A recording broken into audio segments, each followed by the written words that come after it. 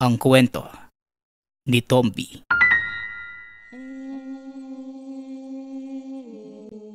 Ang kwentong ito ay hango sa totoong buhay.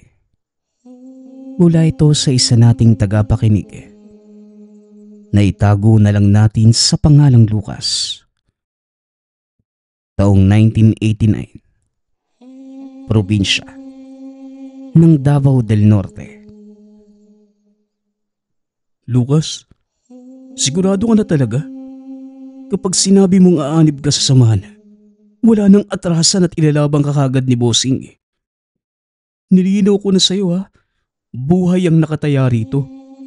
Kaya tatanungin kita ulit, sa huling pagkakataon, sasali ka ba? Ang sabi mo malaki yung kikitain dito, tama? Sigurado na ako. Kahit pati kaluluwa ko pa ang itaya, basta maayos ang bayad. Desperado na ako pare. O sige ha, sabi mo yan. Tinatanong lang kita ulit. Baka nagbago na yung isipan mo eh. Pero seryoso, may oras ka pa para umatras. Ano? Nag-aalala ka ba para sa akin pare? Badong, alam mong may dugong bakal itong kumpare mo.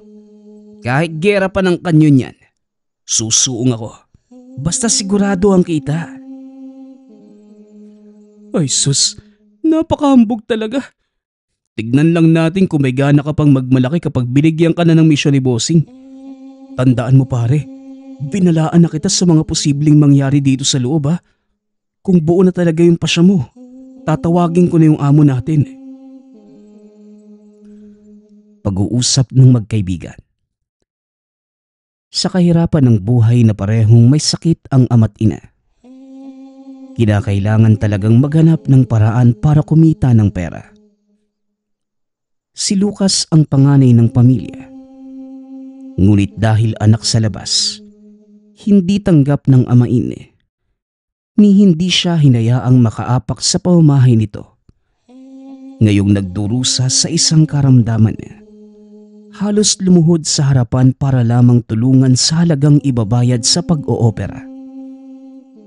May tumor ito sa utak at saka gustuhang mapalis.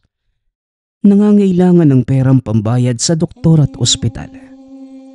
Iba rin ang sakit na diabetes ng kanyang ina. Napaulit-ulit ding nakiusap na makahingi ng pera pampagamot.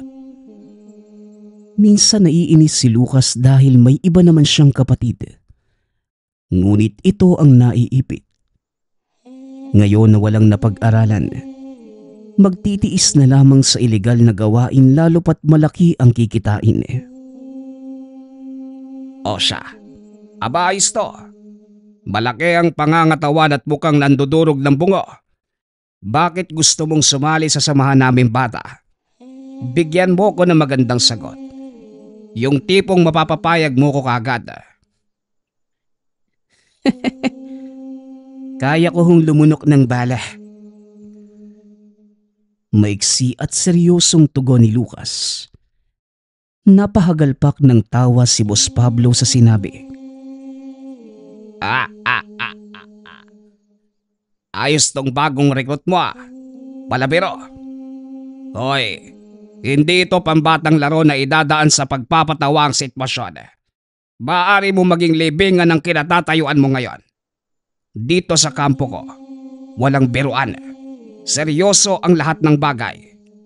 Kung iniisip mo na magiging madali ang lahat, umuwi ka na lang muna bata at dumedes sa nanay mo. Kulang ka pa yata sa aruga. Wika ni Boss Pablo na may halong pamamahiya. Umalingaw-ngaw ang tawanan ng mga rebeldeng kasapi ng samahan. Ngunit natigilan ng muling magsalita si Lucas. Ano ka mo? Gusto niyo bang patunayan ko?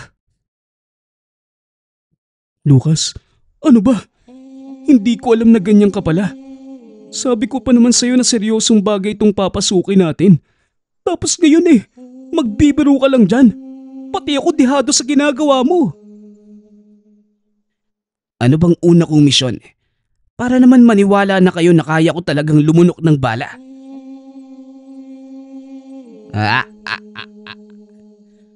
Ang taba ng utak mo ano? Uulitin ko. Pwede ka nang umuwi. Gawaing bahay na lamang ang tupagin mo kesa dumito ka. Tapos aaksayahin ang oras naming lahat. Ikaw naman, Badong. Sa susunod na magre-recruit ka na lang din naman. Yung mapapakinabangan natin.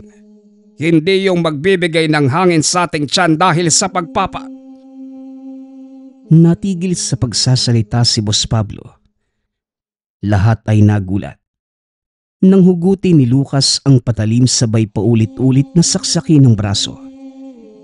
Natulala sila nang makitang hindi nasugatan. Kahit galos man lamang ay wala. Malinis na malinis ang balat. Walang bahid ng kung ano. O ano? Kulang pa ba ito? Para patunayan sa inyo na nagsasabi ako ng totoo. Patalim pa lang to. Paano pa kaya kapag bala? Paniguradong malalaglag pati panganyo sa gulat. Lumapit si Boss Pablo. Kinuha ang patalim kay Lucas at siya na mismo ang sumaksak sa kamay. Katulad ng ginawa kanina, hindi tinabla ng patalim. Tulala itong napatitig. Kung ganon, nagsasabi ka nga ng totoo. Pero paano mo naman nagawa yan? Imposibleng hindi masugatan ang balat ng tao. Patalim yan eh. Isa ka bang salamangkero?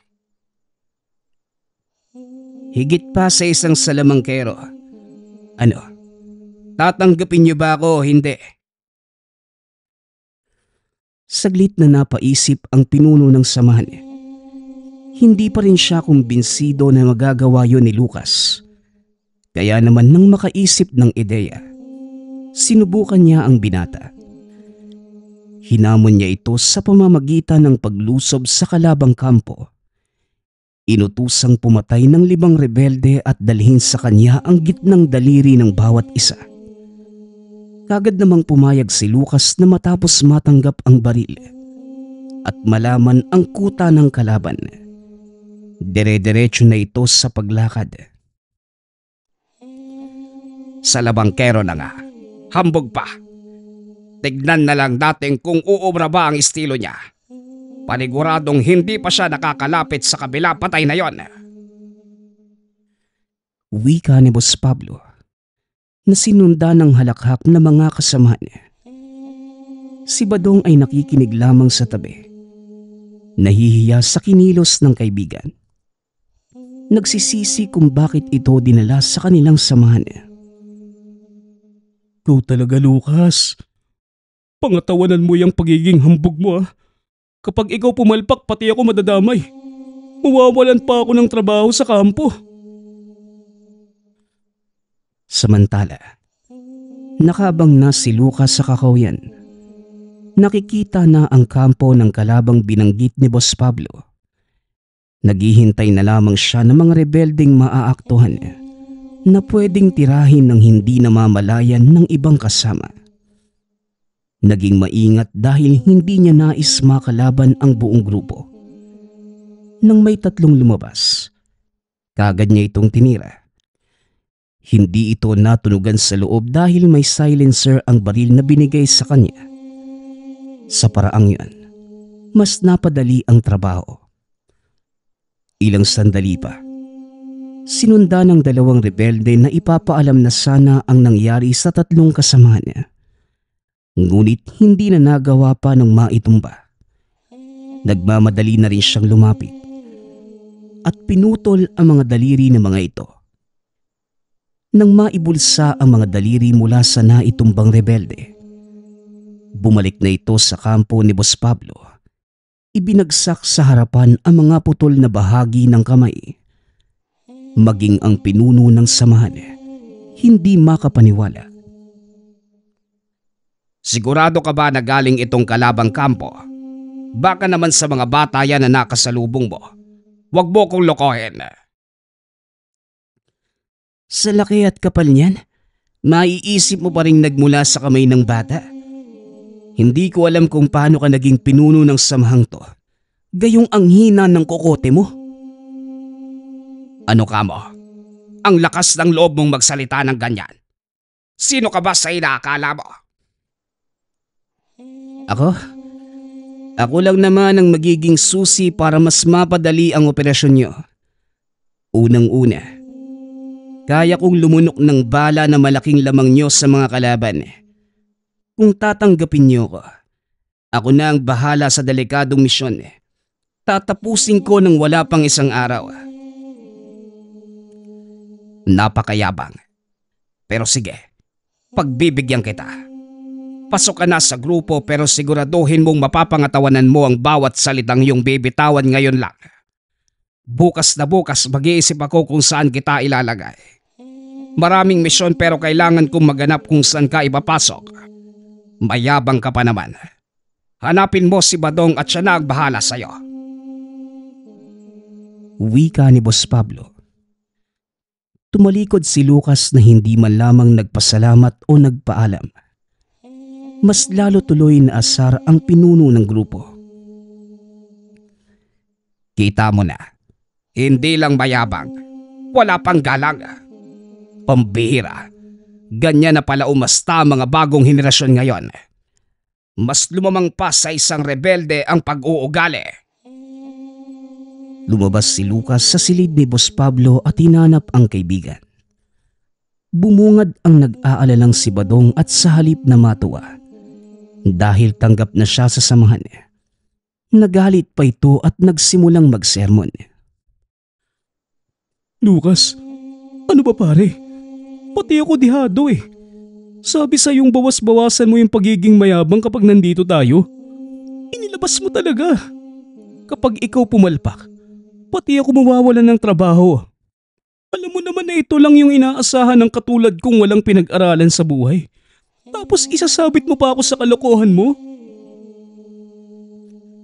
Kalma pare. Kung magsermon ka, daig mo pa yung pari sa simbahan eh. Hindi ka man lang ba matutuwa na natanggap ako sa grupo? May kaibigan ka ng kasama sa mga misyon mo. Eh paano nga ako matutuwa kung inuna mo yung pagiging mayabang? Saka anong sinasabi mong kaya mong lumunok ng bala? Hindi ko alam na dati ka palang tanga. Tinawanan ni Lucas ang sinabi ni Badong. Matagal na silang magkaibigan. Ngunit hindi nito alam na meron siyang tangang medalyon. Kaya hindi tinatablan ng kahit anong sandata, maging ng bala ng anumang armas. Wala rin naman siyang balak na sabihin dahil ang gusto niya, ito mismo ang makatuklas. Nakalimutan mo yata yung palagi kong sinasabi na may dugong bakal ako eh. Pareho lang tayong 30 anyos. Pero mas makakalimutin ka pa yata kaysa sa akin eh. Pare, huwag mo kong tawanan. Pero sige, ipagpalagay natin na sinerte ka lang sa mga sandaling to. Marahil kinaawaan ka ng anghel mong gabay, kaya hindi ka tinatabla ng patalim. Pero pare, hindi lang ang ganyang bagay ang banta sa buhay natin. Dito sa makapal na kagubatang to, may nilalang na mas mabangis pa sa leon. Mas mabangis pa sa leon? E ano naman yun? Eh di ano pa ba? Aswang. Marami na sa kasamahan ng grupong to ang namatay. Hindi dahil napatay ng kalabang rebelde, kundi ng aswang pare. Noong nakaraang buwan nga 2 yung nadali ng pesting nilang na yun eh. Kaya sa gabi hindi na ako halos makatulog sa pangangamba. Lihim na napangiti si Lucas sa nalaman. Lingid sa kalaman ng pamilya at mga kakilala. Lalo na si Badong. Isa itong manunugis ng aswang. 2 sila dati ngunit nang lumipat ng Visayas ang kasamang si Vicente. Siya na lamang ang mag-isang kumilos nitong mga nakaraan. Hindi pa ito umabot sa panunugis sa kagubatang kinalalagyan ng kuta. Kaya naman hindi na makapaghintay na may matugis na aswang. Sa kapal at sukal nito malamang binabahaya ng iba't ibang lahi ng nilalang. Nang sumapit ang 10:00 ng gabi, pinaghiwa-hiwalay sila upang magbantay sa paligid. Bawat grupo ay merong 4 hanggang 5 na miyembro. magkasama sina Lucas at Badong. Nalagay sa likurang bahagi ng kuta kung saan matatanaw ang naglalakihan at siksikang puno ng kagubatan. Ako nga pala si Quago. Anong pangalan mo? Bago ka lang dito, ano? Lucas. Lucas nga pala ang pangalan ko. Ngayon pa lang talaga ako dumating sa grupo eh. Buti, hindi pinalitan ni Boss Pablo yung pangalan mo. Kami kasi noong bagong pasok pinalitan eh. Pinangalan pa sa mga hayop. Tignan mo yung akin. Sawa. Napatawa si Lucas sa sinabi ng kasama na nakasimangot pagkabanggit ng pangalang ibinigay ng boss. Ano ba ang tunay niyo mga pangalan? Ako si Roberto. Tapos siya naman si Ricardo. Ang papangit na nga ng tunay niyong pangalan. Mas pinapangit pa. Ang lakas ng tama ng boss niyo ah. Manahimik ka nga. Kung ikaw madinig, malalagot ka na naman. Quago, Sawa, sa bandang doon kayo magbabantay. Kami naman dito ng kaibigan kong daldalero. Nang lumakad na ang dalawa, pumesto na rin si Badong sa tabi. Pare, alam kong nasa tamang oras yung pagtulog mo sa inyo. Kaya ikaw na muna ang magbantay. Matutulog muna ako. Ilang araw na akong puyat eh. Tignan mo nga itong mga mata ko, nagbumuka ng panda. O sige, matulog ka lang muna dyan. Ako nang bahala dito. Gigisingin na lang kita kapag may nangyari ng masama. Habang mahimbing ang pagkakatulog ni Badong, naging matalas ang paningin at pandama ni Lucas. Ilang sandali pa, may naramdaman ito sa paligid. Unti-unti na ring nagiinit ang tangang medalyon. Nang mahagip ng paningin ang imahe ng isang nilalang sa hindi kalayuan, walang pagdadalawang isip siyang tumayo at lumakad. Tinawag pa siya ni Quago nang mapansin. Oy Lucas, saan ka pupunta? Delikado sa bandang yan. Sumamabigla yung tiyan ko eh. Dudumi lang. Huwag kang mag-alala. Mabilis lang ako. O sige, mag-iingat ka dyan ha. Diyan pa naman madalas lumilitaw yung mga aswang. Mag-iingat ka ha. Tumangulang bilang sagot at saka nagmamadaling sumuot sa masukal na kagubatan. Habang lumalakad, lumalakas ang presensya ng aswang. Sa pagpapatuloy niya, nagkaharap din sila. Kaagad pa itong sumugod at itinumba ang binata. Ngunit nakabawi din at hinigpitan ang pagkakasakali. Anong akala mo? Maiisahan mo ko? Nagkakamali ka. Halika, sukatin natin yung taglay mong bangis. Tangka na sanang babarilin sa ulo ang nilalang. Nang makabawi ito, tumilapon si Lucas at nabitawan ang armas sa lakas ng paghampas ng aswang sa muka. Bahagya lamang itong nahilo dahil tumama ang ulo sa nakausling ugat ng puno ngunit walang natamong sugat. Kahit pa lumapat sa balat ang matutulis na kuko ng nilalang. Sa kabila nun, nagawa pa rin niyang talunin ang aswang. Nang madampot muli ang armas at kinalabit ang gatilyo, napaluhod ito at sabay humandusay. Upang masigurado, inilabas niya ang balisong na merong dasal at orasyon ni Vicente. Ang dating kasamahang nagturo sa kanya ng karunungang yun. Sinaksak ng sinaksak hanggang sa kumbinsidong patay na ang nasa harapan. Ginawa na rin niya ng paraan upang maitago ang bangkay. Pagkabalik sa pwesto, kagad itong nilapitan ng nagtatakang si Quago. Ang tagal mo yatang dumumi. Pinagpawisan ka tapos may dumi pa sa damit. Talaga bang dumumi ka lang o may iba kang ginawa? Halos 3 oras ka ring nawala. Ngunit hindi pinansin ni Lucas ang tanong ni Quago. Naglabas ito ng sigarilyo at nag-abot ng isa rito. Sabay silang humithit at nagbuga ng usok. Sa ganung paraan lamang naibaling niya ang atensyon nito na makalimutan kagad ang tanong. Maanghang ang epekto ng sigarilyong to, no? Pampawala ng antok at pampakalma. Ito, bigyan mo si Sawa. Bumalik ka na rin sa pwesto mo. Parang bata namang sumunod si Quago sa kanya. Natawa na lamang si Lucas dahil sa madali niya itong nauto. Tumabi na rin siya sa nakahigang si Badong, na sa lakas ng paghilik ay nawala ang antok.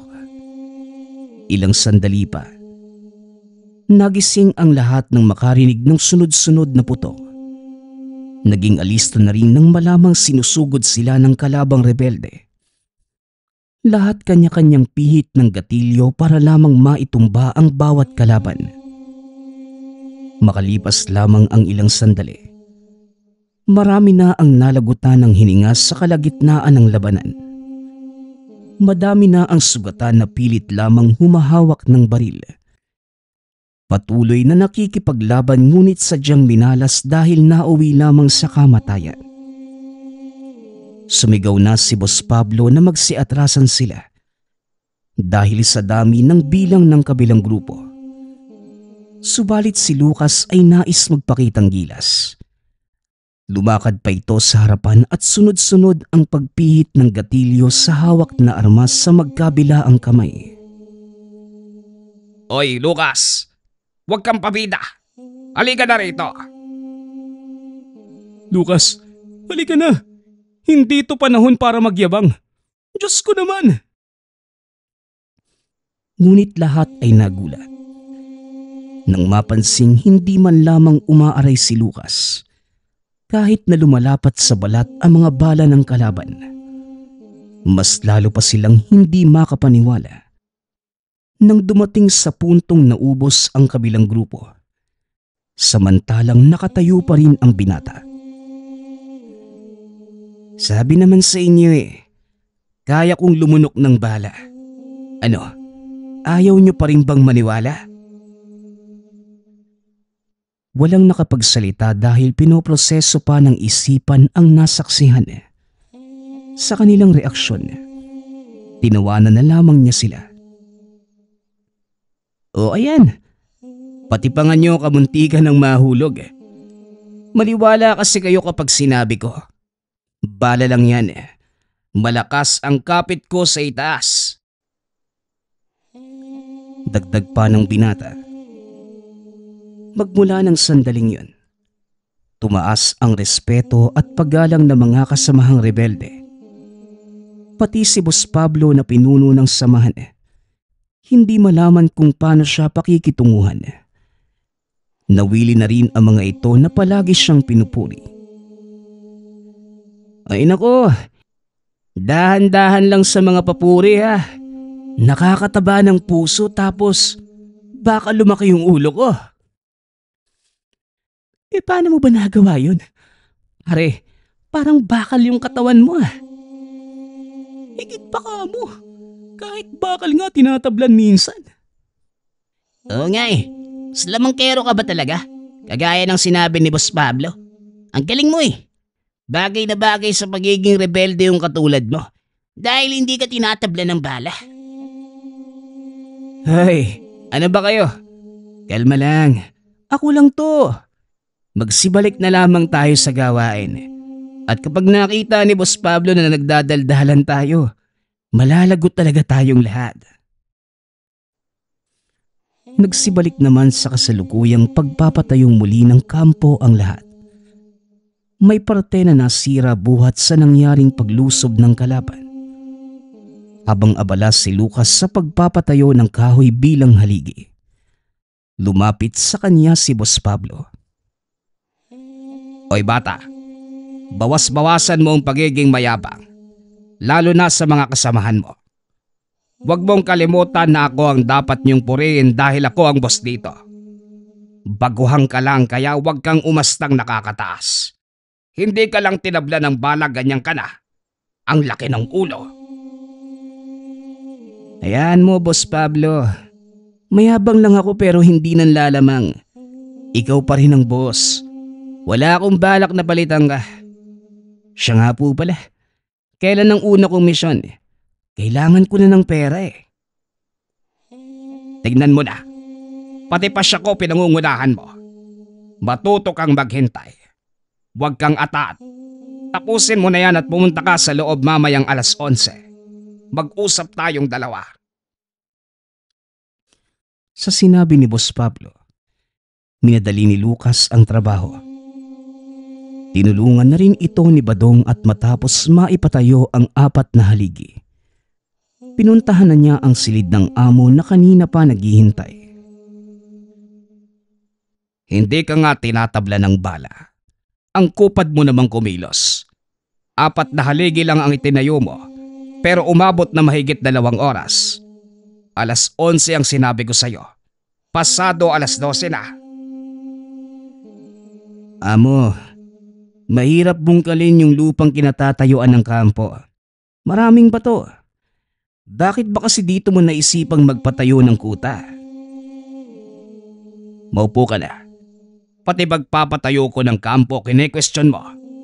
O ito, hanapin mo ang taong yan.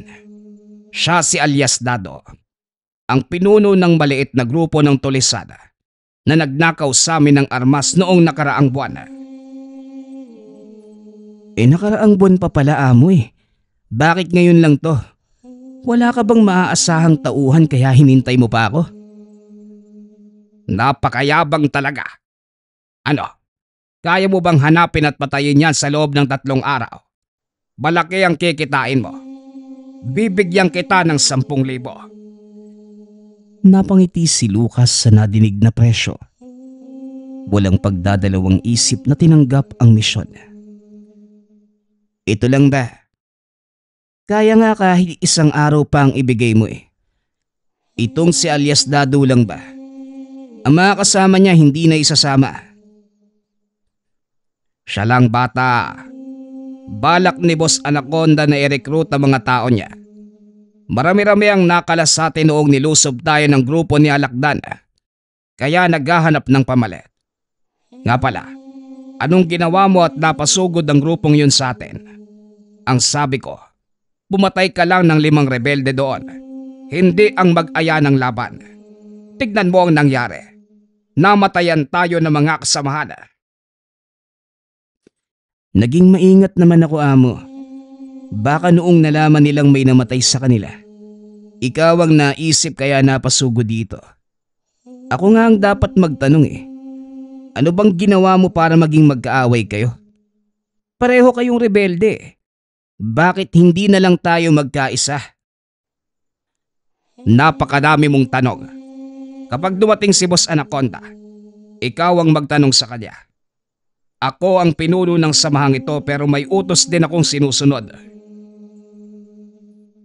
Teka, sino ba yung Boss Anaconda? May nakakataas pa pala sa'yo eh. Umalis ka na ka. Ang dami mong sinasabi. 3 araw lang ang palugid dyan sa misyon mo. Kapag hindi mo nagawa, wala kang 10,000. Paano kung magawa ko ito ng 1 araw? Dadagdagan mo ba ang 10,000 na yan? O sige, dadagdagan ko ng 3,000. Pero kapag hindi mo nagawa, babawasan ko. Umalis ka na ka. Naiinis na ako sa mukha mo. Umalis si Lucas. Nagpunta ng bundok kung saan mahanap ang tutugising si Alias Dado. Gabi na pagkarating doon. Ang unang bumungad ay aswang. Namalikmata pa ito noong una sa pag-aakalang normal na aso lang. Nakasentro sa misyon ang buong isipan. Ngunit mabuti na lamang ay hindi pinalampas ng tangan ang nilalang. Kagad itinutok ni Lucas ang armas sa gawin nito. At dahil sa malakas na pagputok, napukaw ang atensyon ng kabilang grupo. Huli na nang mapagtanto kaya kagad nilapitan ang nangisay na aswang. Minadaling sinaksak ng balisong ngunit lumayo na rin. Nang makitang may kalabang paparating, sa sobrang dami ay umatras na muna. Nahati sa dalawa ang isipan. Una sa naiwang aswang na nakita pa niyang dahan-dahang tumakas. Pangalawa ang mahigit 30 tulisan na tumutugis sa kanya ngayon. Maliit na grupo daw, pero madami ang miyembro. Magbibigay ka na nga lang ng impormasyon. Mali-mali pa. May pagkaengot din pala tong boss namin eh. Magsikalat kayo. Alam kong kalaban yon. Kaya hindi nalalayong nandito para lumusob sa atin. Talasan niyo ang inyong mga mata. Bawat dahon na gumalaw, barilin niyo kagad. Ito na nga yung uunahin ko. Napakaingay eh. Ay tama. Ito pala si alias Dado. Tignan mo nga naman. Ang pagkakataon na ang mismong humanap ng paraan para mas mapadali itong trabaho ko. Hinantay ng binata na mag-isa na lamang ito. Kaya matapos iwanan ng mga tauhan, dito na siya lumabas para kalabanin. Hindi na rin nakakilos ang matanda matapos tutukan niya ng baril sa ulo. Kamusta, tanda? Naaalala mo pa ba ang grupo ng tulisang ninakawan niyo ng armas noong nakaraang buwan? Ano ka mo? Alam mo ba kung sino ang kinakalaban mo? Sino ka ba at ang lakas ng loob mong tutukan ako ng baril sa ulo? Hindi mo na kailangan pang malaman. Matapos itong sabihin, wala nang sinayang na oras ang binata. Dali-daling kinalabit ang gatilyo. Nang bumagsak ito sa lupa, kinuha niya ang singsing nito at hiniwa ang balat na merong tato. Naalerto ito nang matunog ang nagsipagtakbuhan pabalik sa kanilang kinalalagyan ang mga tauhan nito. Hindi na niya kinalaban dahil ang usapan ay si alias Dado lamang ang itutumba. Naabutan pa siya ng iilang tulisan. Pinaputokan. Naramdaman niya ang paglapat ng bala sa likod subalit hindi ito bumaon. Binilisan na lamang ang pagtakbo bago mapalibutan. Dahil tapos na ang misyon sa lider ng mga tulisan, ibinaling ni Lucas ang pansin sa pagtugis sa aswang na nakatakas kanina. Nilibot niya ang iilang bahagi ng paanan ng bundok. Ngunit wala itong nakitang bakas. Hindi na rin niya nais umakyat pa dahil baka makasalubong ang mga tulisan at hindi makapagpigil. Dahil napapagod na rin kakahanap, napagpasyahan na niyang umuwi. Pasipol-sipol pa ito habang kalmadong naglalakad sa kalagitnaan ng kakahuyan. Pabalik ng kampo nang biglang matigilan. Matapos mapansin ang kakaibang amoy ng hangin. Nang mapagtanto kung saang nilalang ito nagmumula, napangiti siya at nagmamadaling naghanap. Sa likuran ng nagkakapalang sagingan, naaktuhan niya ang aswang na iniinda ang natamong sugat. May kalakasan ang pagdaing nito kaya't mabilis na natunton. Sinubukan pang makatakas muli, ngunit hindi na niya pinayagan. Napagod ako kakahanap sa iyo sa bundok. Tapos nandito ka lang pala. Nakatakas ka nga kanina. Pero ngayon sisiguraduhin kong malalagutan ka ng hininga. Pasensya ka na, aswang. Wala talaga akong awa para sa katulad mo eh. Tungkulin ko yan bilang manunugis. Ngayon nga nakasapi na ako ng rebelde. Wala nang awa sa kapwa-tao na kalaban. Sa'yo pa kaya? Halika, magpahinga ka na sa kabilang buhay. Dali-dali niyang sinaksak sa dibdibang aswang. Paulit-ulit. Hindi tinigilan hanggang sa nalagutan ng hininga. Siniguro niya ring maayos ang kalalagyan ng katawan nito upang maiwasan ang mga posibleng bagay, lalo na ang kakayahang magbalik buhay. Pagkatapos, umuwi na ito ng kampo dala ang magandang balita tungkol sa misyon. Oh, sabi ko sa'yo kaya kong gawin to sa loob ng isang araw. Hindi pa nga umabot ng 24 oras Nasa na ang 13,000 ko? Akin na. Alam mo, naaalibadbara na ako sa pagmumuka at pag-uugali mo, Lucas. Bago ka pa lang dito pero ibinalandra mo na ang kayabangan mo. Paano ko naman masisiguro na nagawa mo ang misyon? Balay ko ba kung naglalakwatsa ka lang sa labas at bumalik makalipas ang ilang oras? Kapag babinigyan kita ng patunay, dadagdagan mo ng 2,000 ang ibibigay mo sa akin. Ang sama na nga nung ugali mo. Mukha ka pang pera. Pero sige, dadagdagan ko. Yun lang kung may maipapakita kang patunay na patay na nga si alias Dado. Anak ng... Kamuntikan pang mapatalon sa kinatatayuan si Boss Pablo. Matapos ihagis ni Lucas ang hiniwang balat sa katawan ng itinumbang si alias Dado. Aabot sa isang dangkalang balat na meron panandang tattoo ng samahan ng tulisan. Hindi siya makapaniwalang napatingin dito. Bonus pa to.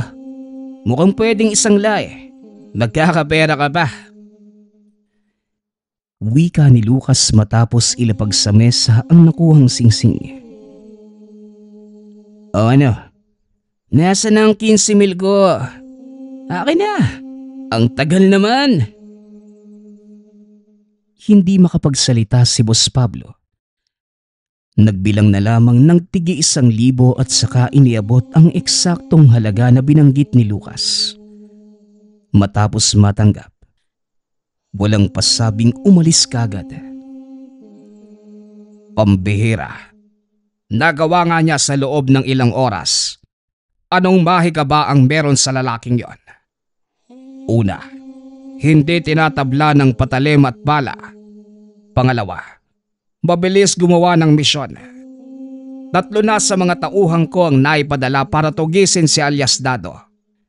Pero walang ni isang nakabalik. Pambihira. Hindi makapaniwala si Boss Pablo. Sinusundan pa ng tingin ang papalayong si Lucas. Kagad naman itong tumawag sa nakatataas na amo upang ibalita ang tungkol sa kakayahan ng bagong miyembro. Samantala, hindi na makapaghintay si Lucas na makauwi upang iabot ang unang kita sa may sakit na ina.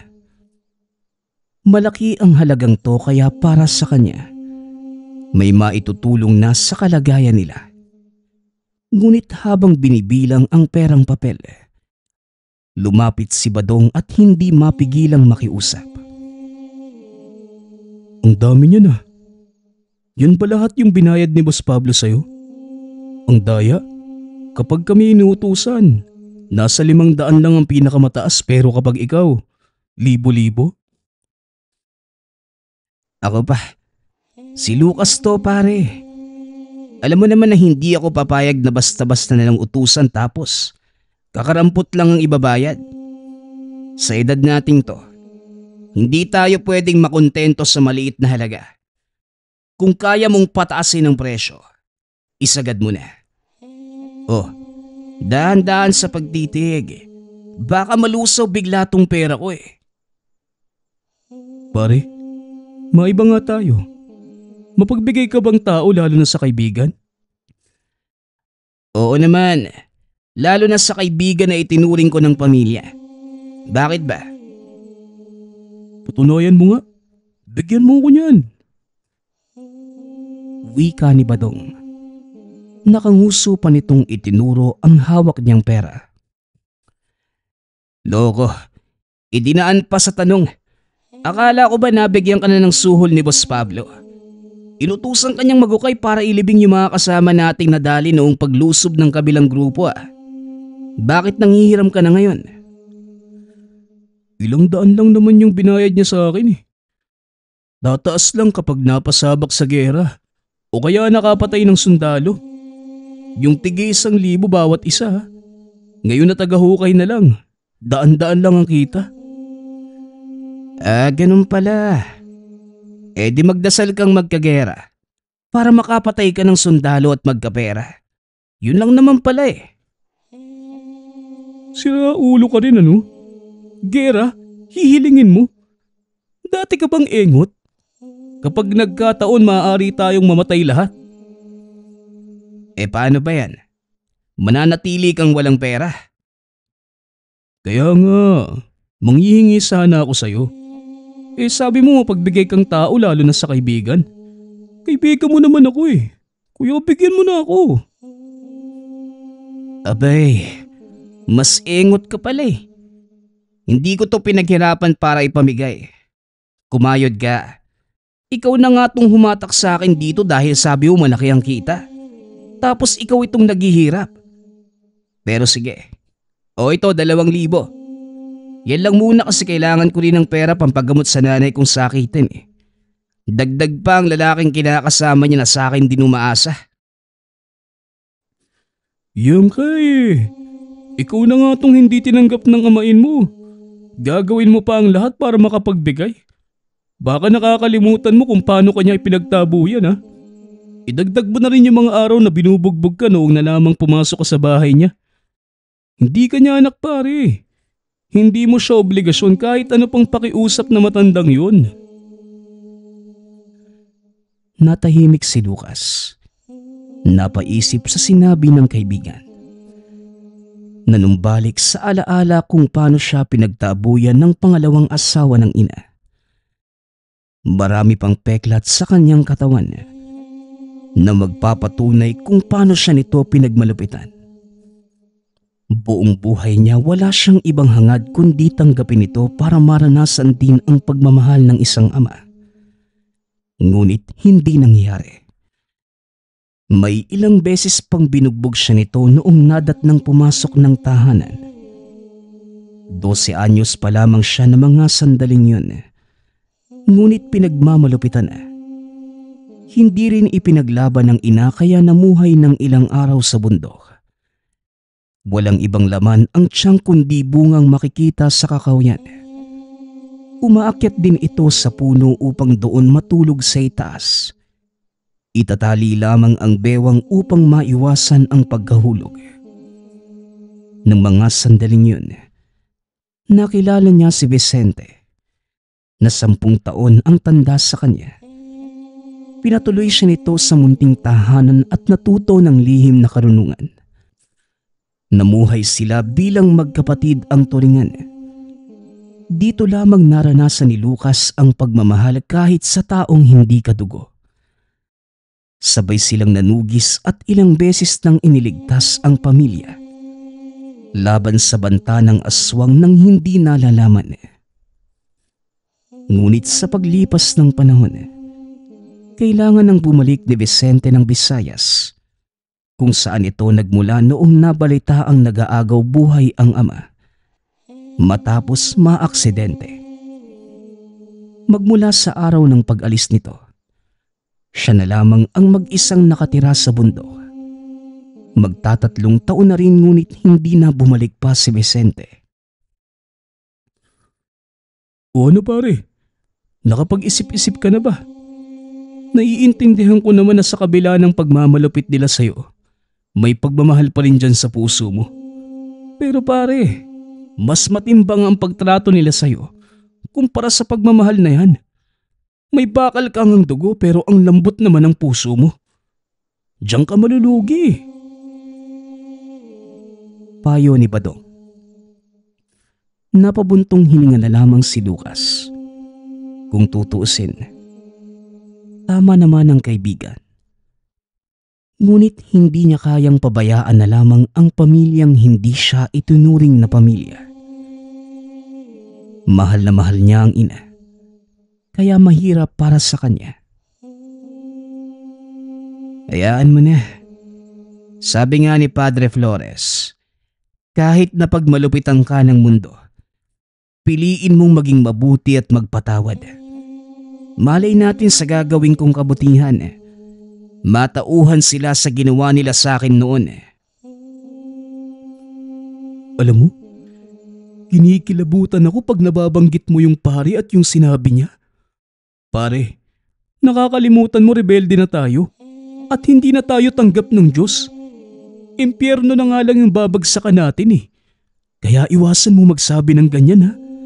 Ilang tao na ang napatay ko kaya parang sinusunog na yung kaluluwa ko. Ikaw rin naman ah. Magmula nang sumapi ka sa grupong to, marami ka nang napatay na tao. Hindi lang isa kaya kilabutan ka. Oo nga pala. Nakakalimutan ko pare. Hinangad ko pa naman na sa langit sana ako mapupunta. Pero mukhang malabo na nga yun. Malabo pa sa malabo. Baka nga sa sementeryo lang tayo paghalaga-hala eh. Nagtawanan na lamang silang pareho nang mapagtanto ang kahihinat ng sitwasyon. Matapos makapagpaalam kay Boss Pablo, pinayagan naman silang makauwi. Sa grupo nila, iilan lamang ang pinapayagang makauwi sa kanilang pamilya, lalo na ang mga baguhan na hindi pa namumukaan ng mga sundalo at iba pang ahensya ng gobyerno na itinuring silang kalaban. Mahigpit din silang binalaan na mag-iingat sa tuwing mapapadayo ng bayan at sa mga mataong lugar. Pati sa pananalita ay sinisigurong hindi madudulas upang hindi magdulot ng ikakapahamak ng samahan. At dahil pupunta na lamang din sa bayan, nagpadala ng pera si Boss Pablo para makabili ng pang-araw-araw na kakailanganin sa kuta katulad ng bigas, delata, kape, asukal at iba pa. Pagkababa ng bundok, naghiwalay na sila ng landas ni Badong. Ngunit napagkasundo ang magkikita sa tindahan pagsapit ng hapon. Pagkarating ni Lucas sa tahanan ng amain, kagad niyang iniabot sa nakababatang kapatid sa ina ang pera. Kuya Lucas, ang tagal niyo pong hindi dumalaw ah. Teka, bakit po ang dungis-dungis niyo po? Hindi po ba kayo naliligo? Nangangamoy ka na rin po eh. Sandali kuya, kukuha po ko ng ilang damit sa loob para may pamali... Hindi na kailangan. Pakiabot na lang yan kay nanay. Tapos, pakisabi na yan lang yung nakayanan ko ngayon ha. Sa susunod na pagdalaw ko baka may maiabot pa ako ulit. Teka kuya, tatawagin ko na lang po si nanay para Hindi na kailangan. Masama ang loob ko kaya huwag ka na mag-abala sa pagtawag sa kanya. Ito, para sa iyo lang ang perang yan ha. Hatian mo sina Melissa at Gino. Mag-iingat kayo palagi ha. Maraming salamat po kuya. Hindi ko po alam kung bakit hindi ka matanggap ni tatay gayong napakabuti mo namang tao. Naluluhang wika ng kapatid. Kagad naman itong pinatigil ni Lucas bago pa makisabay ang kanyang mga luha. Wag ka nang magdrama dyan. Basta, alagaan mo yung dalawa mong kapatid ha. Mga bata pa naman sila. Ikaw na rin ang bahala kay nanay at tiyo. Pero wag mong kalimutang magpahinga kapag nakaramdam ka ng pagod ha. Bibisita ako sa susunod na mga araw. O baka, aabuti ng ilang linggo. Bakit po matagal kuya? Malayo po ba yung trabaho nyo? Oo eh. Aalis na ako ha. Mag-iingat kayo at huwag nang lumabas kapag gabi na. Paalam na. Lalakad na ako. Lumakad si Lucas na mabigat ang dibdib. Sa pamilyang yon, ang amain lamang ang bukod tanging hindi siya matanggap. Mabuti pa ang tatlong anak nito na iginalang at tinuring siyang kuya sa kabila ng murang edad. Matapos yon, dumiretso na rin siya sa kubo ni Vicente. Ngunit naabutan niya itong nakatumba matapos bagsakan ng malaking sanga. Nasa ilalim ito ng malaking puno ng talisay. Hindi na rin niya naisipang itayo muli dahil maliban sa walang sapat na kagamitan, kukulangin din sa oras. Kinakailangan nilang makabalik ng kuta mamayang 7:00 ng gabi. Nagpunta na lamang siya ng bayan. Hinintay sa tindahan ang pagdating ni Badong. Dumating naman ito pagsapit ng 3:00 ngunit ilang oras na ang kanyang itinunganga. Ang tagal mo naman eh. Sumasakit na yung puwet ko kakaupo sa semento kakahintay sa'yo ah. Ano bang ginawa mo sa inyo? Ano pa ba? Gawaing mag-asawa? Alam mo naman na ilang araw kaming hindi nagkita ng asawa ko, no? Sinamantala lang namin yung pagkakataon. Tumigil ka na. Mas kinilabutan ako dyan eh. Tara na nga sa kabilang tindahan nang makabili na ng bigas. Sa tagal mo, nagsara na tuloy dito. Sa dami kasi ng pwedeng gawin. Yan talaga yung inuna nyo. Diyos ko naman eh. Jesus, wala ka lang asawa eh.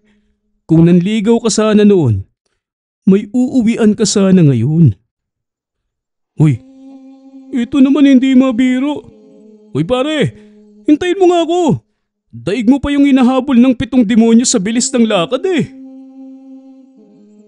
Matapos makabili, bumalik agad sila ng kampo. Nahuli ng bahagya si Badong dahil nakaramdam ng pagod. Matapos buhatin ang kalahating sako ng bigas. Bitbit pa ang ibang plastik na pinaglagyan ng ibang pinamili. Kumpara sa kanya na hindi ganong nakaramdam ng pagod. Dahil isa yon sa taglay ng tangang medalyon. Dire-diretso ang lakad kaya nakarating kagad sa kuta. Sinundo na lamang si Badong ng ibang kasamahan upang hindi maabutan ng ibang rebelde o tulisan sa daan. Kapag nagkataon ay manakawan pa. Pagkabalik sa kuta, nagsimula na kagad ang seryosong laban dahil may lumusob na grupo ng rebelde na ang namumuno ay may galit kay Boss Pablo. At dahil napatunayan ng binatang hindi siya tinatabla ng bala, siya ang inilaban. Lucas, kaya mo lang lahat ng yan. Aasa kami sa iyo dahil hindi ka tatabla ng bala.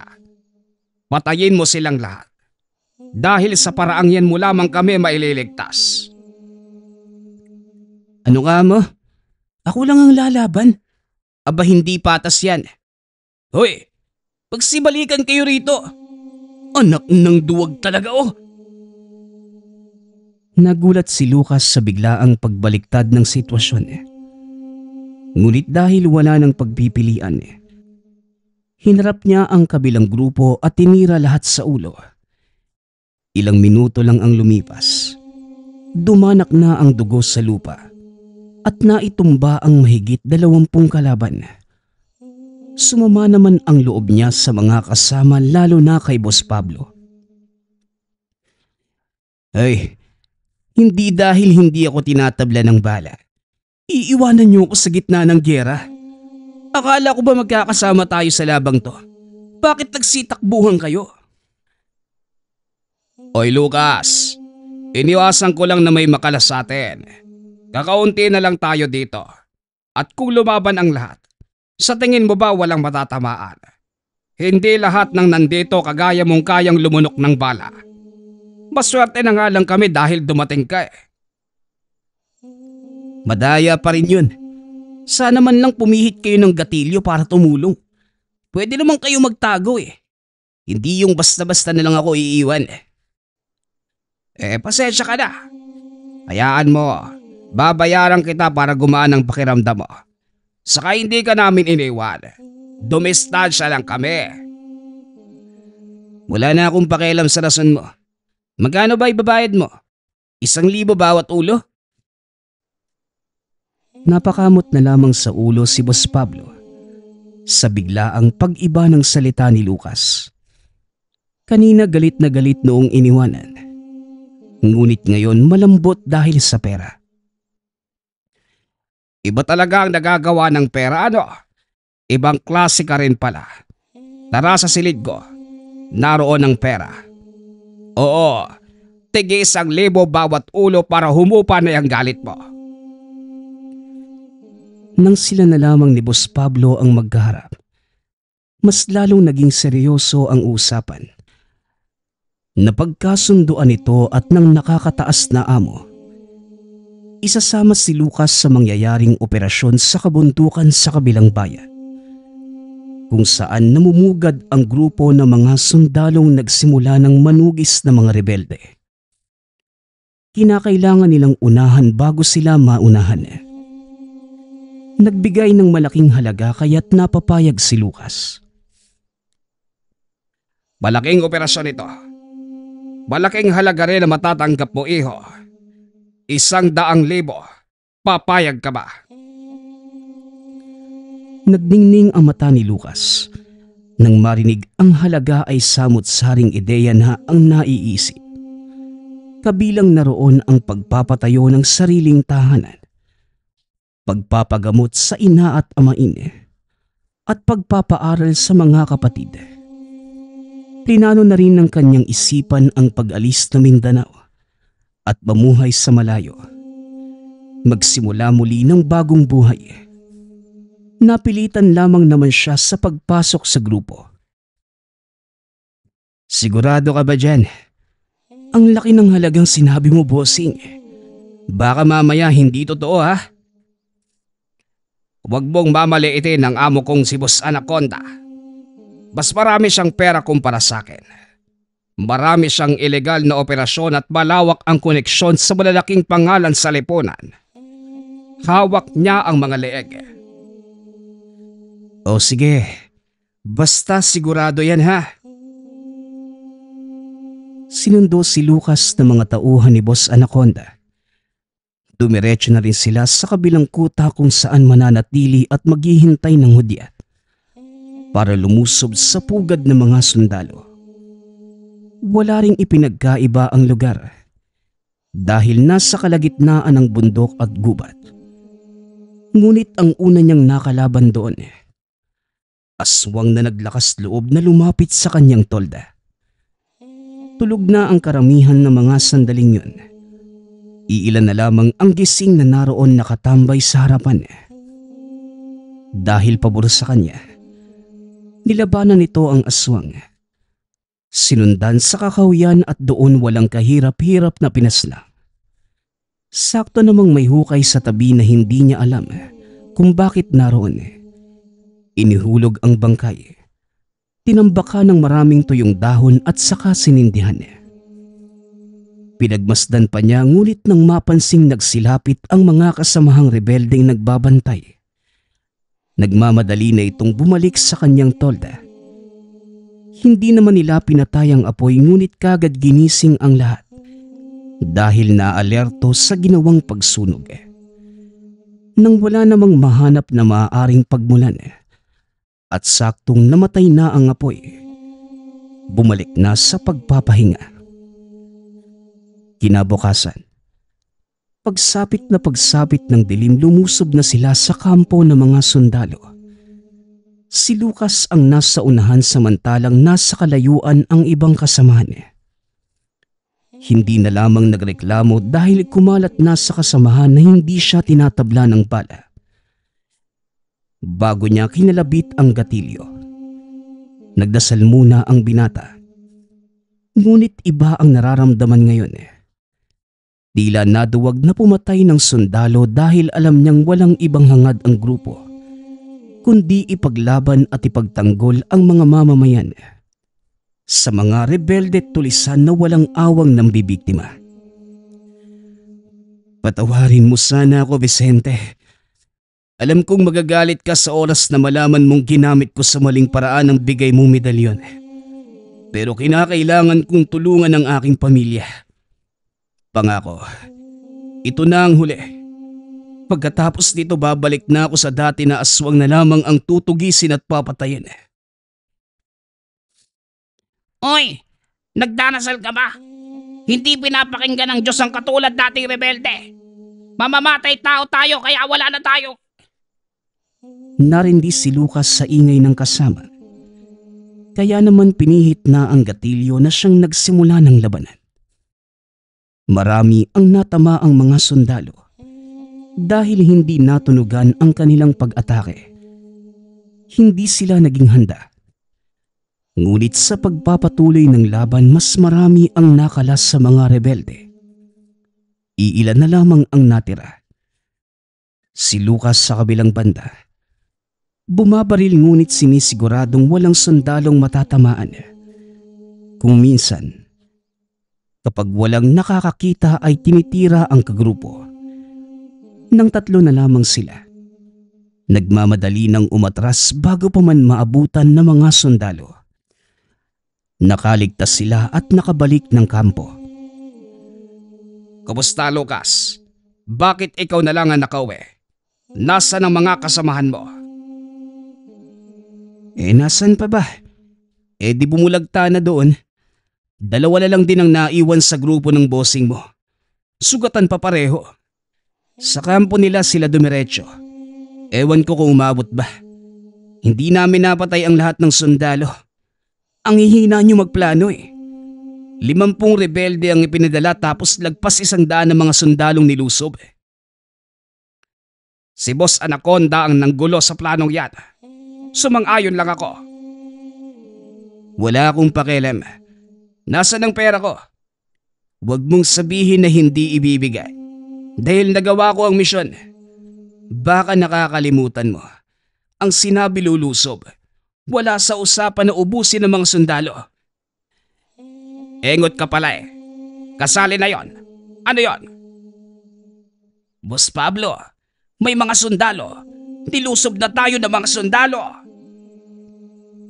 Umieko sa ere ang mga pag-alingaw-ngaw ng putok ng mga armas. Nagmumurang lumabas si Boss Pablo dala ang armas at nakipagsabayan sa putukan. Si Lucas naman, pinangatawanan ang pangakong binitawang kanina.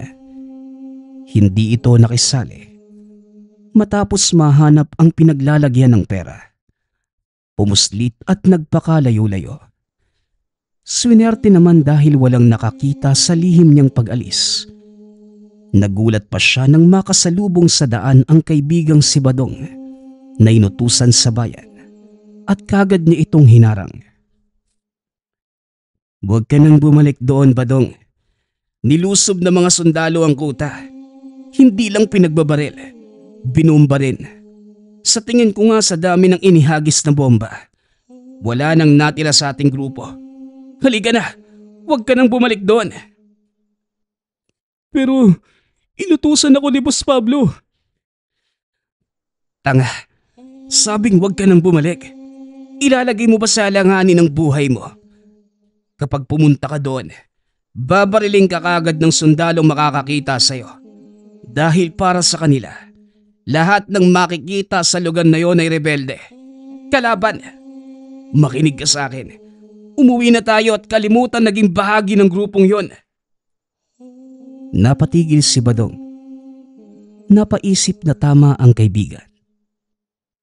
Kaya walang pasabing umalis ang dalawa sa lugar.